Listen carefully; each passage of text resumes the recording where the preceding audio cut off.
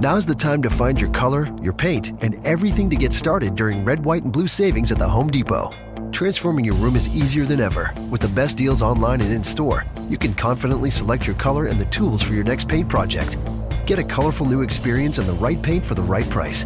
Save $10 on 1 gallon and $40 off 3 and 5 gallons for a limited time only at the Home Depot. More saving, more doing. Limit 25 gallons per household. See store for details.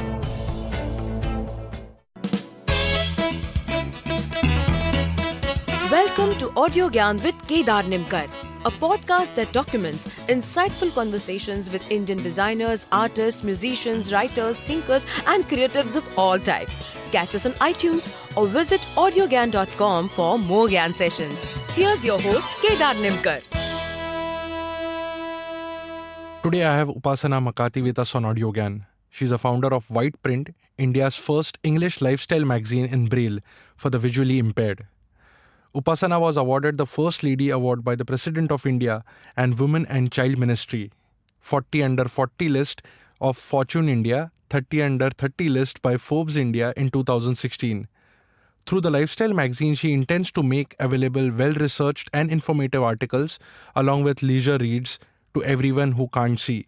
And today we are here to discuss what goes behind the scene in designing this magazine. And thank you, Upasana, for giving us your time. And it's a real pleasure to have you on Audiogyan. No, thank you so much. It's wonderful to be, chatting with you about our journey. Yeah. So I've come up with few questions. But to begin with, if you can tell us what is White Print and what exactly happens there, just to set context. Sure. So White Print, just as you rightly said, is India's first English lifestyle magazine in Braille. We were born in 2013, so it's been 6 long years and 6 very interesting years of my life and White Print's life. To give you a context about what kind of content goes into the magazine, it's just like any other lifestyle magazine. Okay. Only thing is we make it in Braille. That's the only difference. Mm-hmm. So when it comes to content, we have everything, right, from fashion, film, music, art, culture, travel, and this was primarily done because there's one of my reader who's about 80, and she told me something very interesting, and she said that you should have content that I might not ever be able to experience in my real life, so you must write about everything and anything that happens in this world. And from there on, there was no looking back. My content kept evolving as per my readers kept thinking and telling me about what they want to read. For instance, we started also including short stories in the magazine, just because they are so hungry to read that in those 60 pages, whatever I can integrate. For instance, I had one of my readers who told me that, we give a lot of competitive exams to get jobs. So I also include a general knowledge section in the magazine. Wow. So, it is just about anything. The only difference is that we do it in Braille. Mm-hmm. And it's circulated across the country.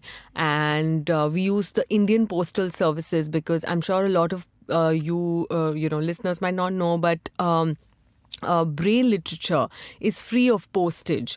So you can send Braille literature across the country without paying a single rupee, which is excellent for us because our magazine actually reaches small villages and towns that I have never heard in my life. And I tried sending something via courier to these places, but the courier companies refused to take it. So, such small towns and cities where the magazine has gone, which is a big victory for us. And, it sort of reiterates the fact that it is something that the community wants. Mm-hmm. Wow, very interesting, very interesting. And then, if you can just elaborate more on what kind of content goes. You mentioned, but then how do you curate or how do you prioritize that this has to go over that? Correct. Is there any feedback mechanism, feedback loop which happens among the readers and you? Right.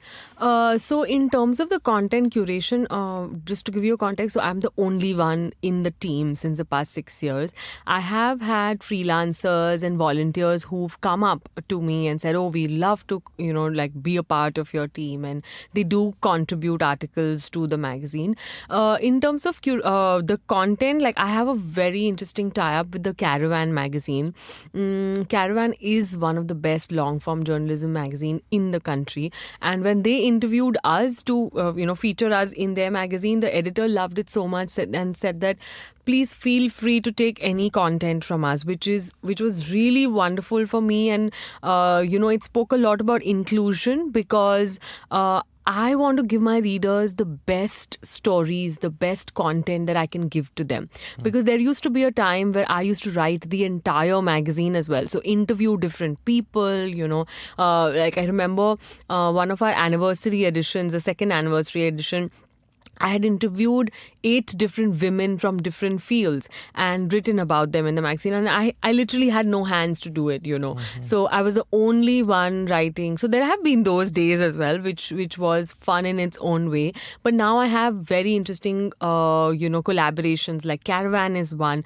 There was a time Sudha Murthy gave us 12 of her short stories, so we published those one each month for the entire year. Barkha Dutt was writing us a column for an entire year on politics. So we've had very interesting people, who have seen the value of the project, and joined us, and like without any kind of expectations or even asking us, where this is going to go. But just the fact that they've never ever written for a Braille magazine earlier, they've been more than happy to be a part of our journey, and that has been exciting. Our readers are getting the best content to read every month, and the most interesting part for me is when the magazine reaches a few days late, when it's supposed to reach, I already am sort of bombarded with calls and messages and emails. Oh, where is the magazine? Like, that's the level of curiosity and eagerness, for the readers, and it's like fuel for me, like for instance, because April was the election month, our press, which is the National Association for the Blind in Bombay, was printing ballot papers in Braille for the entire country, and so every other project was kept on hold, and we ended up sending April and May issues together.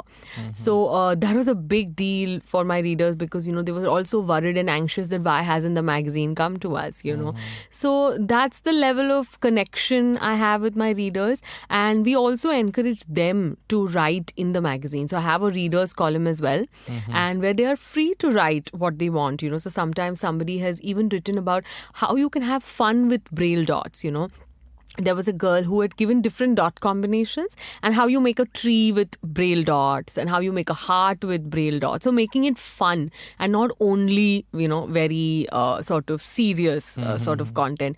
Then somebody had even written us an article about his own life story, and then he left his contact number in the end, and that became like a...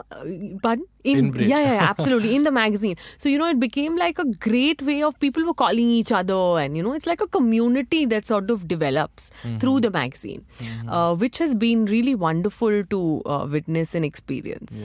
Yeah, very interesting. And you consciously took a call of going lifestyle type content and not really educational. Was that a conscious? Oh, yes, absolutely. Because why should everything be serious? Because, the government is responsible to come up with educational content.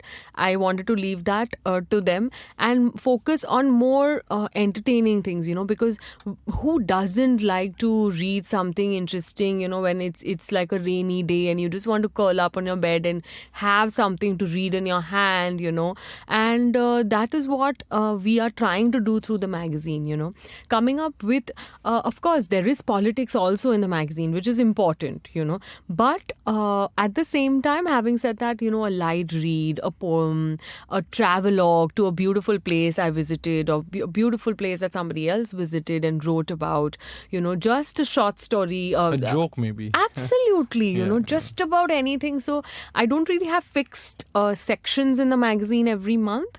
My only sort of criteria is that it has to be interesting. And somebody should enjoy reading it, either gain something out of it or just have a good laugh, while reading it. Very nice. And so like I get these ideas for various startup ideas, right? Right. So there's a lot of apprehension whether this will work or not. Like what brought that conviction that this will work? Oh, yes. I mean, very it's a cliche interesting question, but still, yeah. No, I mean, I think it's important to even talk about that because a lot of people feel startup life is very glamorous and all these awards really make it glamorous, but that's not the reality of it. Just as you said, so much conviction, so much patience and dedication that goes into it every day. Like there are days, because I decided to make White Print a for-profit venture and not a charity venture, my challenges doubled up for me.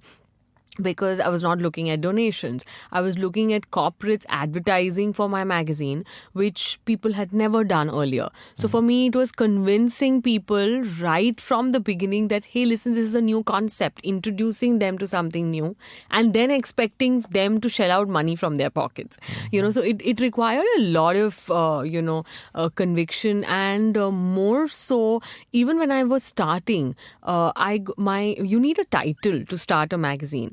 And when you do that government process, it's a 2.5 month wait each time you attempt to get a title. And my title was rejected twice. And mind you, I had given up my job, so I was only freelancing and I'm like, oh my God, I need to figure out what's happening. But a professor of mine from college had once told me that your idea is so strong that you don't need to have a plan B. Focus on your plan A and, give it all your energy that you never have to think about a plan B. And that's what sort of kept me going all the time. And more so, I feel like this has just come to me. It has happened to me. I never chased it at all.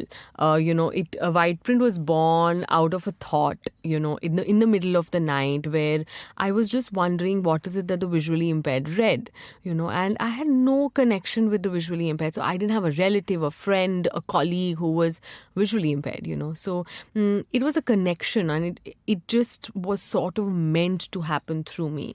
And after that also, I sent out, when I got the title after 8 long months of waiting for it, I had got 3 months from the government to come up with a magazine. If you don't, then your title is taken back. That's the process. Oh, okay. And within those 3 months, I sent out about 200 odd emails to corporates telling them about this. And I got only one response. And that was the Raymond Group. And they called me for a meeting. They found it really interesting. The marketing head grilled me for about 30 minutes. And I was 24 then. And, I was so convinced about my idea that he was sold. And we had the first ad by the Raymond Group about, they'd done an advertorial about a spring-summer collection. And that was the startup capital that I got from, and whatever little bit I had saved up, because I had worked for only 1 year, after passing out from college. So it's not that, and I don't belong to like an affluent family that is ready to pump in money into whatever I do. So it was just my conviction, my dedication and my friends who sort of would double up, and work with me on weekends because I needed help. I needed someone to fall back upon, and that really helped me. And of course, after that, the journey has never been easy. I would get an ad, even till date, that's a scenario that I would get an ad, then for 6 months, I'd not get anything else, So during those months, to keep calm and, believe in it, because there have been times like I've gone like, oh my God, I don't know how I'm going to pay the next bill of printing, And then suddenly I'd get a call from a reader, just tell me about how crazy he or she is about the magazine, and it'll give me so much energy that, this is what I'm meant to do. Even if it's hard work, I am supposed to do it, And then things just fall in place. Like, I don't know how they fall in place. It needs and it requires, I still do at least about 50 emails a day, writing to different companies and marketing, because as I said, I'm the only one. So right from marketing to being the office boy to being the founder to being everything. So it's one person, requires a lot of my patience to keep going. But yeah, the feedback that readers keep giving me, my family has been super supportive. My husband has been overtly, like he will edit the magazine for me. He will go through my marketing pitches, he'll just do everything. And also make sure he gives me this dose of, telling me that you were meant to do this, so don't let the focus or, don't let anything sort of pull you down. So yeah, it's beautiful, and I don't think I do anything else ever. Yeah, somehow I got interested in this when I stumbled upon your work is mainly because I'm from Rugia College and they have a NAB department, and a lot of times we used to volunteer for writing them exams and stuff like that. Wow, So, nice, so nice. As in, I have not personally written, but like a lot of my but friends have. I mean, it's something that is very important. Like, now I'm a part of so many of these groups because they need writers all the time, and it is such a task because there are certain government rules, regulations that you need to follow to be a scribe, and that's a very important. I'm coming to that point, the technical bits later. Just, I know you told me that you are the only person, but this is like my curiosity because I come from a design background. I just wanted to understand.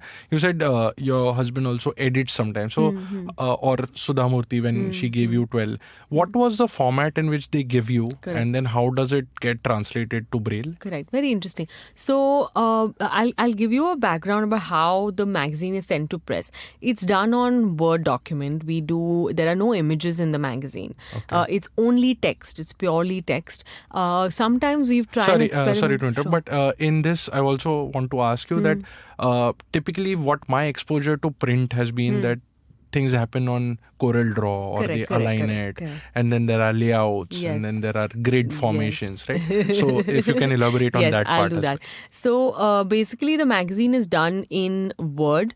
There are no images there. We've also tried to do things like made a bottle out of Braille dots, just using different combinations make a bottle. So those things can be done. Apart from that, it's only text. And what we do is we use a software at the National Association of the Blind. It's called Duxbury, which converts text to Braille.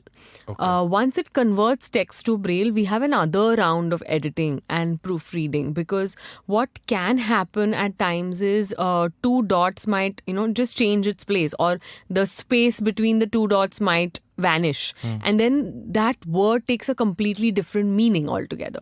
So it's very important to edit once it's converted on Duxbury to Braille. So for that, I have somebody employed at the NAB who proofreads this. And he's visually impaired. Yes. And once that is done, it is Braille printing is computerized as well. Just how you give a print command for a text document, Braille printing is also computerized. So all you need to do is just print command, and then the magazines are printed thereon. And after that, it is stapled and then packaged, labeled, and sent it out from NAB only. So my work ends at putting it together and editing it on Word. And after that, I take it to NAB, where it's converted from text to Braille in Duxbury, and then it's printed from there on. Yeah. This NAB is in Worli, right? It's in Worli. Yeah. Wow, interesting. And what about the layouts and like? There is no layout. No, it's then just how do you text. place ads? It's only text. So even ads are text. But then how does one perceive it? I'm just trying to imagine because on the left hand side, the entire, like just take a simple example like Jet Airways ka magazine. Correct. Right? So on the left hand side, there's someone saying. On the right hand side, there's the chairman saying something. And then, so there's a layout, right? Yeah, absolutely. So first we start with a title page. Now the cover of the magazine is in print. In text, because the postman needs to deliver it. The same title page is done in Braille inside. Then there is a contents, there is an editor's note, and then the sections follow. The magazine follows. Now, if there is an ad, particularly in advertising, like somebody would ask for a center spread and a back page and a front page, I don't do any of that because it's only text. And my reader, I know every reader of mine will read cover to cover. There is not that somebody skips this page, because there is a lot of this in and advertising. Plus they're hungry for content. Absolutely. Yeah. So they are going to read everything. I'll give you an example. We had Coca-Cola who did an ad with us a few years ago, and they did an audio ad. Now, that audio ad was similar to a musical card that we had back in the day. So as soon as the reader would open the center spread, the jingle would start playing and you turn the page and the jingle would stop. Now, that happened in the center of the magazine, but look at the dedication, and that's when I decided there is no center spread, there is no front, back, nothing at all.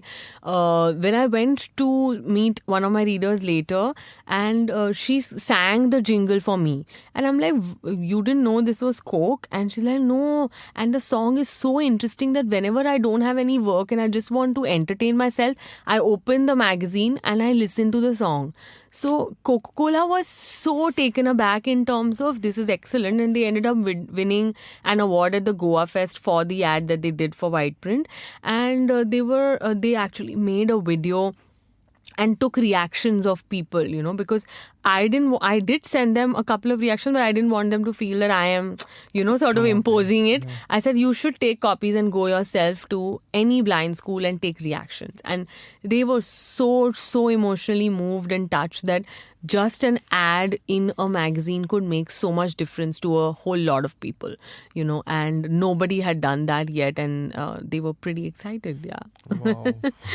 That's very inspiring. Yeah. And sorry to, again, slightly technical. Sure. From what I understand, Braille is, it's dots. Correct. And the paper itself is embossed, right? Right. So, did you face any technical challenges when, it's a 60-page book? Correct. And probably you are sending, say, 100 in a particular city. So when they pile up, there's no chance of them again becoming flat. Correct.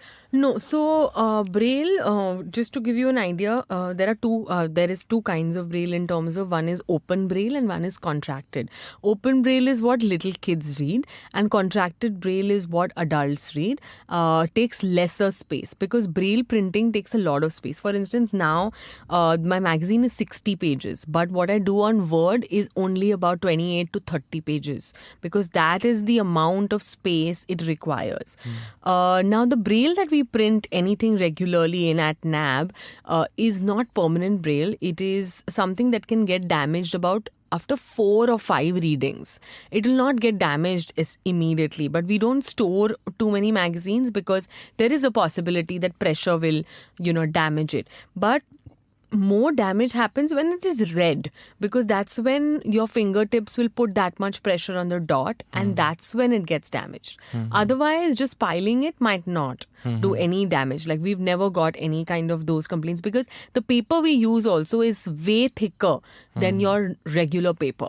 So it's not like any other newspaper or any other magazine. The thin sheet of paper is not used. It's about 130 GSM. So I was it's going to ask that you how much thick. it is. Yeah. Okay. So it is that thick a paper, which is primarily for the reason that it does not get damaged. So only once my readers read it about for 3 to 4 times, then it'll be redundant and it'll have to be, sort of given away.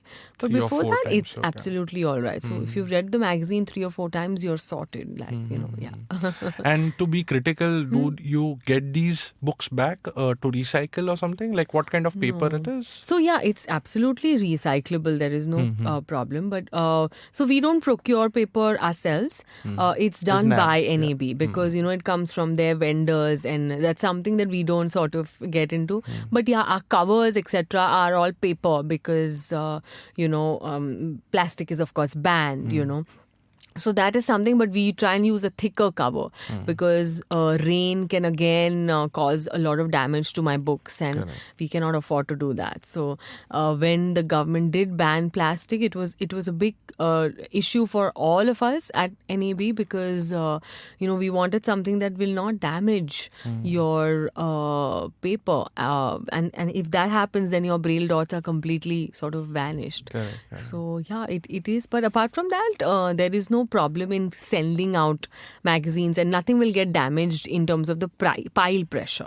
That would not happen. Okay. And going back to the earlier thing, how many copies do you generally print So we do about and distribute also. Yeah, so we do about 350, and it's a completely subscription-based magazine. So we don't send out free copies or anything. If we've had surplus copies, then we do send it out to schools and colleges that we might not have communicated ever with, just to send them a sample. But apart from that, it is completely subscription-based because Braille printing is super expensive.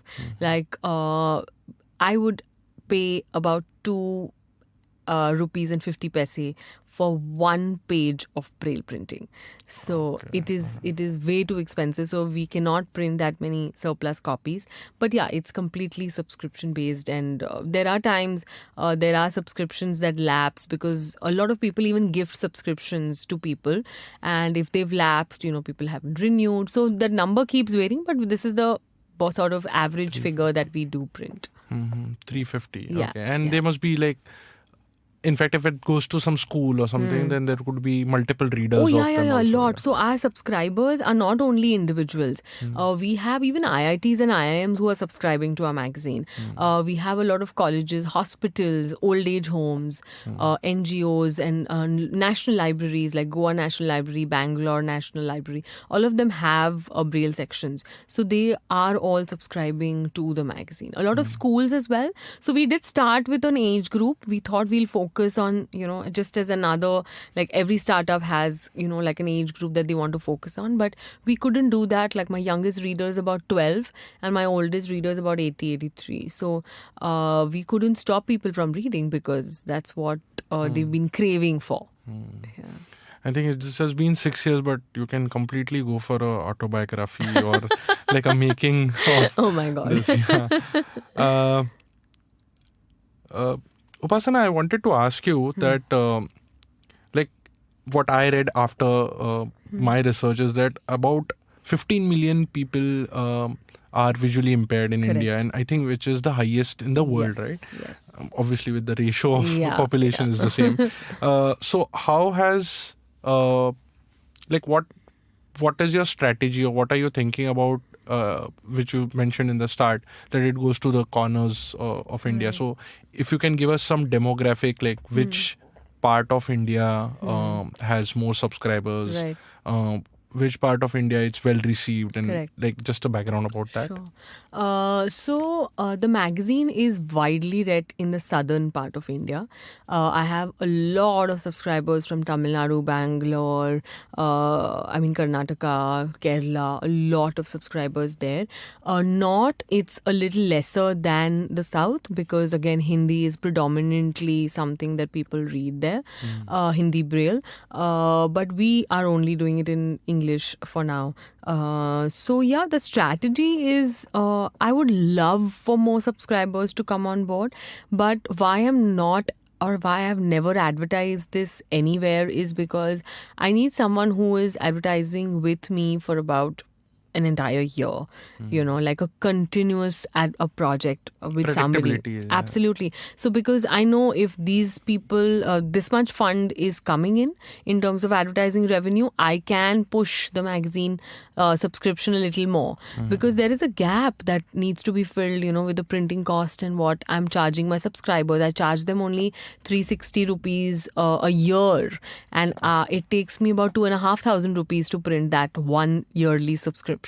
So that's the gap that I'm looking to fill. So which is why I'm not actively increasing subscription of the magazine. I'm taking it slow and as it comes. And every month we do have an edition or two. So that happens, and that happens through word of mouth. That is why it's been 6 years and it's been this slow, and steady for me. If I had made it free of cost and I had tons of fund, I could have easily sent it out to thousands and thousands of people. But that's not the thing. I wanted to be this, and my subscribers don't want it to be free because they're like, we can pay, so stop sympathizing with us. Correct. We can pay you, and we don't want charity from anybody. So we love the pace. I have no regrets about how slow this has gone.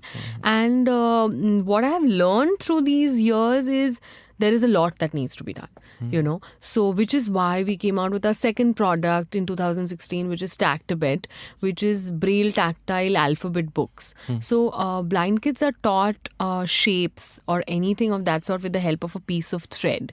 So if you want to teach the child A for apple, the teacher would take a piece of thread and on an apple just stick it, and then the child will touch and feel it. What my book does, it's permanent Braille, so there is no damage to it, and it's all tactile. All shapes are tactile. Alphabets are in Braille, and the word is also is given in Braille, and it's in text, so that person with low vision can also read my book, and a child with low vision can also use the book. And if the parent is visually impaired and the child is sighted, or the other way around, there can be learning that can happen together. They can learn alphabet together. So that was the motivation to do this book. We did that in Hindi and English both. And Tactibet is a magazine, or no? It's a book. It's a book. It's a book in Hindi and English both. So you have A to Z, and you have the Hindi alphabets also. So just to teach the child alphabet is why we came up with this book, because there is no material like this available in India. Which we found interesting. And we've even made very small details tactile, like the pores of a strawberry. We even tried to modernize content in terms of year in every other book will be for yagya, but we made it yoga. To sort of make it more relatable to the child, and not teach the child only redundant words that don't exist in our vocabulary these days, So those kind of things is what we incorporated in that book. The next product that came out was in 2018 in December, so very recent. We came out with storybooks. What we realized was that sighted kids don't know how to interact with blind children. You don't see blind children in parks. You don't see them in, movie theaters. You don't see them in any other place, public place, Correct. So that was a conversation that I was having with my friend, and I said, okay, I think we really need to address this, and what better than doing a storybook, So we came up with a storybook called Look Out, Look Within. It was authored by Vandana, and, I self-published it, and Neha, who is a NID alumnus, she actually illustrated the whole book for us. Wow. And illustrated in Braille? No. So we did this in Braille, which was only a text version. We did this in print for sighted kids, because that was our main target audience, to talk to sighted children and tell them how blind children are no different than you. They can do just about anything. So that was our main sort of audience that we wanted to deal with. We also did this in sign language. The whole story is narrated in sign language, and it's available on YouTube. And we encourage schools and NGOs that are dealing with children who have a speech and hearing impairment to share the story with them. So we even did that, and we also did this as an audio book. So Radio Mirchi has a CSR initiative where they produce audiobooks. So they produced it for us, and it's available on Saugamya Pustakalaya, which is the largest audio library that visually impaired people use. It's available for them on that portal. So we tried to sort of cover every sort of audience that this should go to, to trying to be inclusive in that nature as well. It's very, very inspiring. Actually, if you can, this is like way too interesting and way too fascinating for me. So if you can just, second last, I have one last question, but before that, if you can share any case study, any incident which you remember which has just changed. Definitely. I'd love to, talk about this one reader of mine who told me once, and my phone number is sort of available on the website, so anyone and everyone has been calling me, from my subscribers. They all have my number, and, we are in personal touch all the time. One of them told me that, white print made her feel empowered. And I said, how did that, come to your mind? And she would go on the dinner table, my family will always keep giving me new information, and I would just be a silent listener all the time. And one day I told them about a new app that was coming up, and they were like, "Oh, how did you know about it?" Wow. And she was so happy to say that, "Oh no, Whiteprint was the one that gave me that information." And that sort of moved me, because for the sighted, there are so many reading options that we'll just read it and that goes to the raddi, so there is nothing after that, so it really sort of in a very crazy way made me realize how important this work was, and how much I needed to give it my all. Another reader told me that they would usually call me initially and tell me, first they'd ask me, you sound very young, and I'd be like, yeah, I am. Okay, are you blind? I said, no, I'm not, I'm sighted. And they'll be like, but we really think you're blind. Why are you doing this? And he was like, I'm 52 and I've been blind all my life, and there's nobody who's done this for us. And you at such a young age have quit your job and you're doing this. And they'd bless you immensely, because they'd be like, there is no one who would ever want to quit their job and do this for us, and nobody in the community has done something like that in itself. Like, no blind person has started a magazine. And that to me was very touching, because I felt like, they were giving this so much importance, and it was so precious to them that they were eagerly waiting for it to come, and they've always been that supportive. And very interestingly, these calls have always come to me when I'm having a very bad day, and I'm thinking, oh my God, how am I going to do this, and how is it going to work? And just at that time, there'll be someone who will call and say something so lovely that, you'd be like, wow, this is all worth it. There was another, now that you're asking me about it, there's another daughter of a father. So the father is visually impaired and he was retired, and she messaged me saying that, thank you, like, you've not even changed their lives, but you've also changed the family's life, because we used to always be worried that he's not doing anything. He doesn't like to read anything that's available in Braille, because there are a couple of newsletters that NAB also does, and that wouldn't sort of suffice his intellectual level, So that was a very sweet message by the daughter that, you're giving us also a lot of peace. And that made me feel like really, really, really amazing, to fall short of words, but yeah.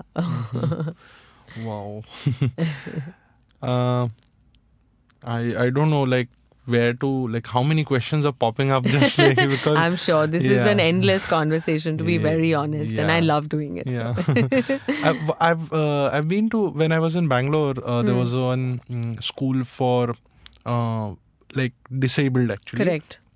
So I used to go there to read papers and like translate nice. mainly from English to Hindi, or sometimes Okay. English to some other language. Okay. But that was mainly for people who wanted to do B.Ed.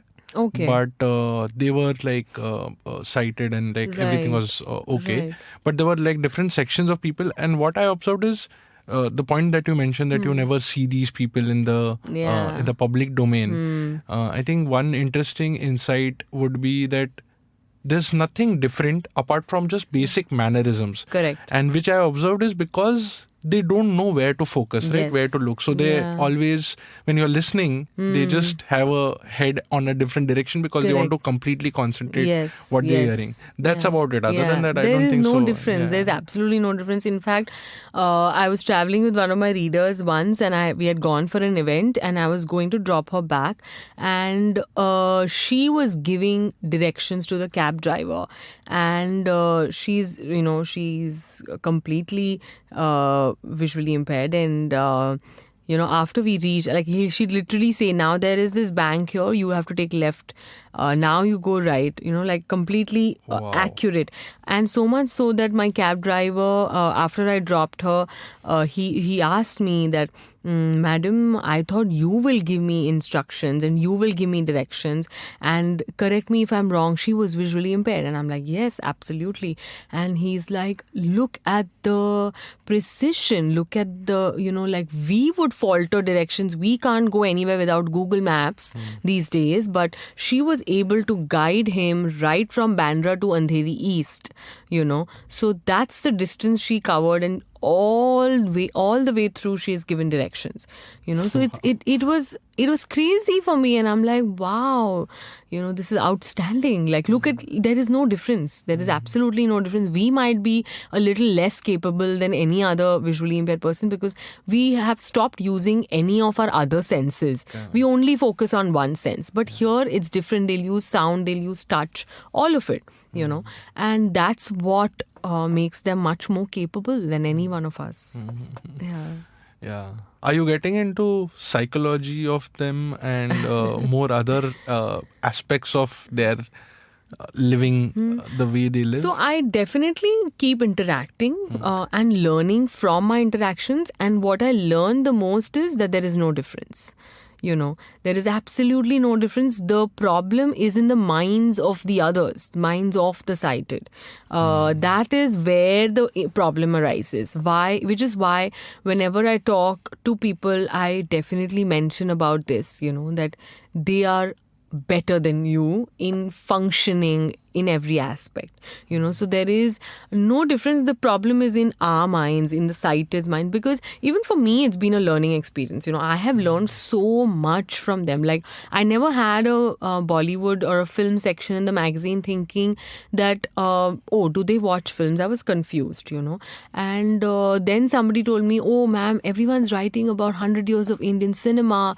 We also want to read about it. Please make sure you have an article in the next edition. And I did that. And then someone told me, oh, Katrina Kaif is my favorite actress. And I was like, how did you figure that out? And she's like, I love listening to her voice on radio, So these aspects are something we need to learn, And because there aren't many conversations or there aren't interactions about this, do we face this problem, But was it a more inclusive society in every aspect? These problems would never exist. So I think that's what we have been working on since 6 years, and we have seen progress in a lot of domains, but it's a long, long, long way to go. Yeah, totally. Yeah. So I would like to tell listeners that there's one interesting insight which I got to know recently. So, as you mentioned, the problem is in the sighted people, right? So I'm sure you must have heard of Baba Amte, yes. who was doing some great work in Anandvan Hemal Kasa, and I recently got to know. I don't know how true it is, but he tried to inject the leprosy virus or whatever leprosy. Whatever the thing is, into him 3 times in his life, so that he can actually become a leprosy patient and then get sensitive to their pain, get sensitive to their. So that's the level at which someone devotes his life, and it's just. Absolutely. That's quite interesting. So I think something like that, it's really commendable for you, because the way people say that you must be blind, it's something like that. Cool. I would like to conclude with one last question, which is again towards technology. So what made you go print? Because as technology is improving, there's a lot more which is voice driven, which is a lot more sound and voice driven. That's the other sense they have, right? So what any particular reason why you went print? Because I think there is nothing available in print. What has happened earlier is that because there were no options in Braille, people have moved to audio. And but the joy of reading Braille is something else. For instance, even for the sighted, no matter how much you're listening to these days on with your headphones, the whole joy of reading a book in the hand, a physical copy, is something else. So there might be a lot of people who have even come and told me, why are you doing this? Just put it into a digital format and put it out, lesser cost, etc. But I don't believe in it. I feel like print is print, because I love my newspaper every morning, no matter how many apps I would have on my phone.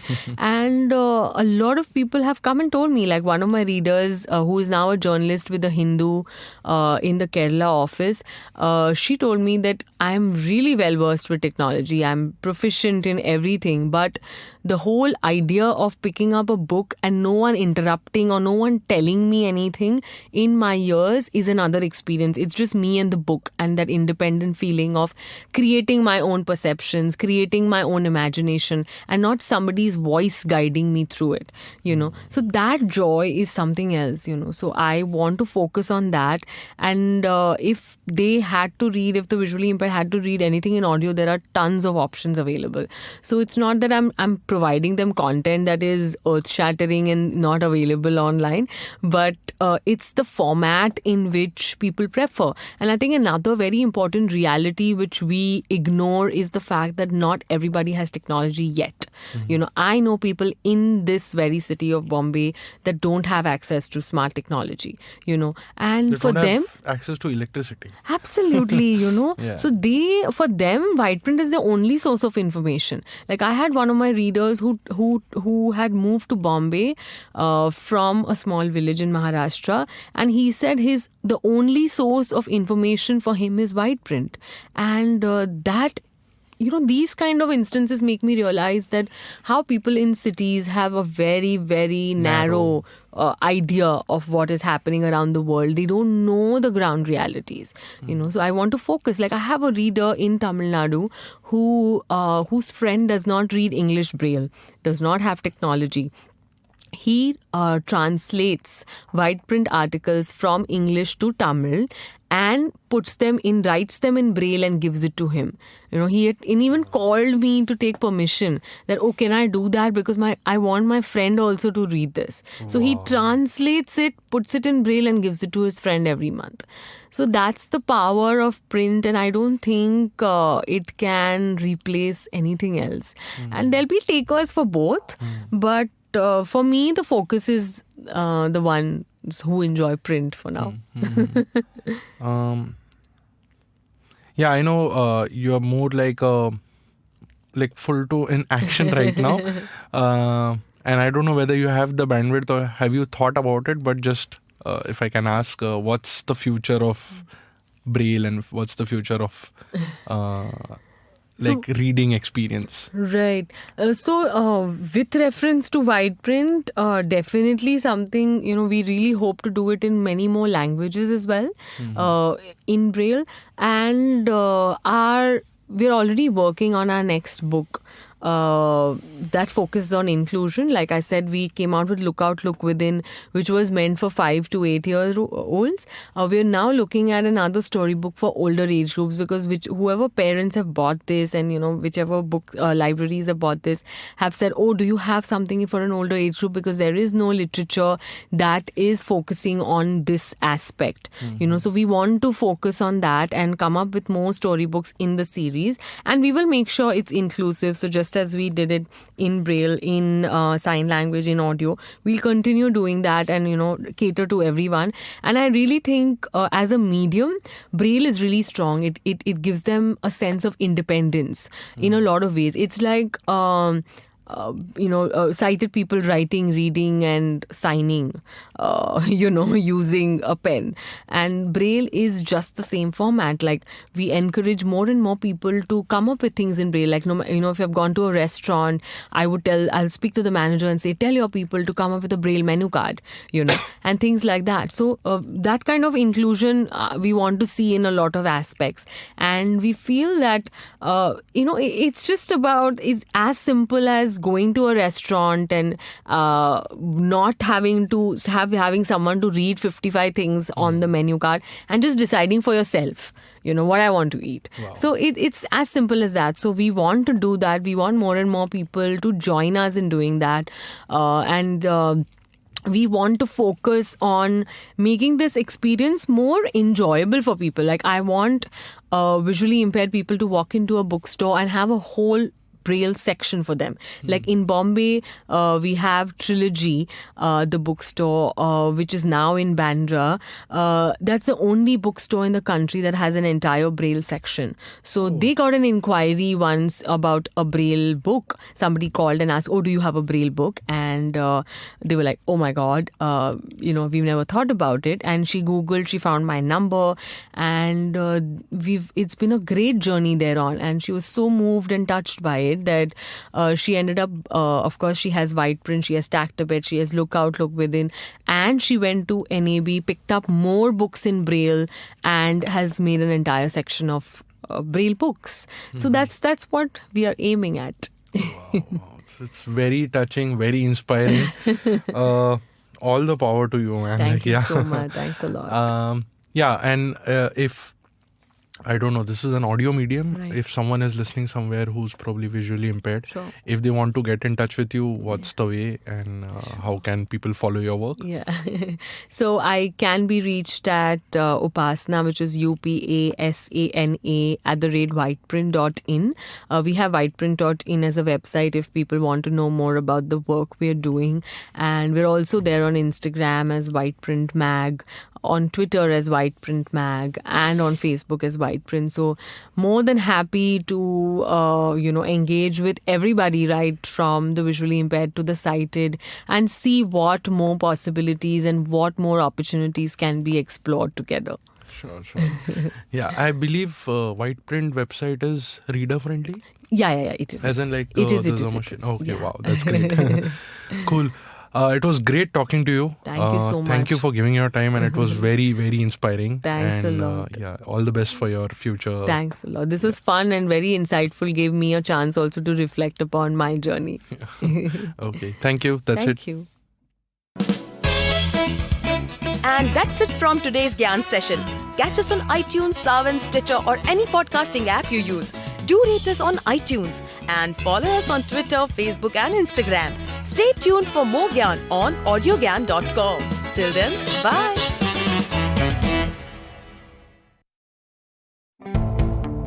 Now's the time to find your color, your paint, and everything to get started during Red, White, and Blue savings at the Home Depot. Transforming your room is easier than ever. With the best deals online and in-store, you can confidently select your color and the tools for your next paint project. Get a colorful new experience and the right paint for the right price. Save $10 on 1 gallon and $40 off 3 and 5 gallons for a limited time only at the Home Depot. More saving, more doing. Limit 25 gallons per household. See store for details.